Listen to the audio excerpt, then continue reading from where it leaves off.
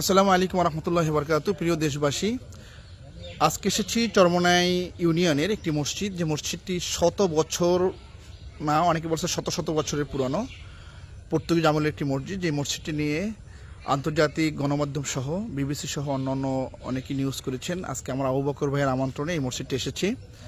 আবু বকর এই মসজিদটা দেখালেন, একটা পুরা গাছের নিচে, এই অনেক গাছটাও অনেক শত শত বছর পুরানো গাছ হবে, একটি ঐতিহাসিক মসজিদ।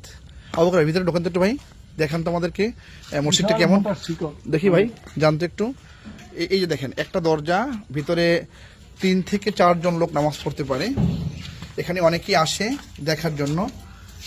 অনেক এখন আলনা হিসেবে ব্যবহার হচ্ছে। তাই শিকড়, ওটাও শিকড়ও, সবকিছু ন্যাচারাল নাকি? এটা ওয়ালগুলো, এক একটা ওয়াল প্রায় পুরো হবে কত ফুট? প্রায় 3 ফুট, 3 ফুট না, 2.5 ফুট, 2.5 ফুট, 2.5 ফুট, অনেক পুরনো। এই কিন্তু মসজিদ কিন্তু এতটুকুই মসজিদ, কিন্তু অনেক পুরনো, পর্তুগিজ আমলের একটি মসজিদ। শত শত বছর সিদ্ধ রয়েছে। অনেকে বলে গাইবি মসজিদ নামে প্রসিদ্ধ অত্র এলাকায়। চমৎকার, অসাধারণ মসজিদটি, মানে ঐতিহাসিক দিক দিয়ে অসাধারণ এর কি রয়েছে। অনেক মানুষ এখানে আসে নিয়মিত। আমরাও এলাম, চরমোনাই থাকলেও 16-17 বছর ধরে এই প্রথমে আসা হলো। একটি প্রোগ্রাম এসেছিলাম শাইখ জামালের সাথে, সেখান থেকে এখানে আসা। তো এটা কিন্তু পুরা গাছটা মসজিদের উপরেই গাছটা। এটা অসংখ্য শিকড়, এগুলো কিন্তু শিকড় বেরিয়েছে। এই গাছটা পুরো এলাকা জুড়ে রয়েছে। 500 বছর, হ্যাঁ 500 বছর আগে। আবু বকর বললে এটা 500 বছর আগের, 500 বছর, প্রায় 500 বছর আগের পুরনো মসজিদ। মাশাআল্লাহ,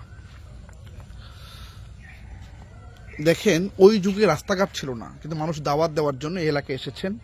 এখান থেকে কাছেই কিন্তু চরমোনাই যে শেখ ইসহাক রহিমাহুল্লাহ ছিলেন, তার বাড়ি কিন্তু এখান থেকে সামান্য কাছে, তারও একই এলাকায়। হতে পারে তাদের পূর্বপুরুষ এখানে এসেছিলেন, তারাই এখানে গড়েছেন। তাদের বাড়ি এখান থেকে, মূল বাড়ি 1 কিলোমিটার, সর্বোচ্চ আধা কিলোমিটার দূরত্ব হবে। না, মূল বাড়ি তো এখান থেকে কাছে না, খন্দকার বাড়ি কাছে তো এখান থেকে, সৈয়দ বাড়ি যে। তো যাই হোক, আজকে এলাম, দেখলাম, অনেক শুকরিয়া, জাযাকুমুল্লাহ খাইর।